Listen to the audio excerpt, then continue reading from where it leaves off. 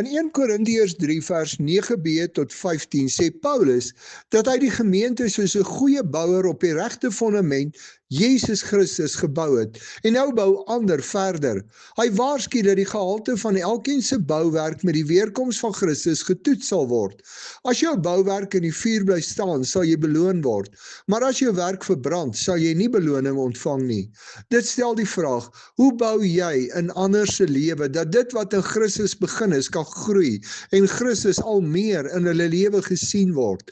As ons net soms in ander se lewe probeer bou, sal dit nie werk nie, soos dit nie werk om net by geleentheid 'n kind te probeer opvoed nie. Ek bou 'n kind deur in alles wat ek doen vir hom die pad te wys.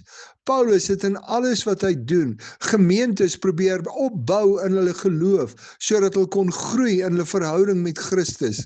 As ek wil seker maak, ek bou die regte goed in ander se lewe, is dit belangrik dat ek in alles wat ek doen, Jesus Christus volg.